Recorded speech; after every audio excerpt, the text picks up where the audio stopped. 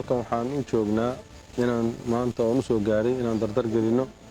hawlgalka duufaanta aamusan oo laga xoreyn doono meelo badan oo dalka kamid ah cadowga khawaarijta waxaan u rajaynayaa intii ku shahiiday dagaalkan in Ilaahay uu jannada firdawsi siiyo inta ku dhaawacantayna uu caafimaad taam siiyo waxaan aad iyo aad uga xumahay cadowgu inuu u adeegsado guryaha dadka shacabka ah inuu ka dhigto godad uu isku qariyo godad uu maxay ahayd kala dagaalamo ciidamada dawladda runtii waa arrin aad iyo aad looga xumaado sidoo kale waad arkayseen buundada sida ay u jareen iyo sida ay ciidanka xoogga dalka Soomaaliyeed ay u dayactirayaan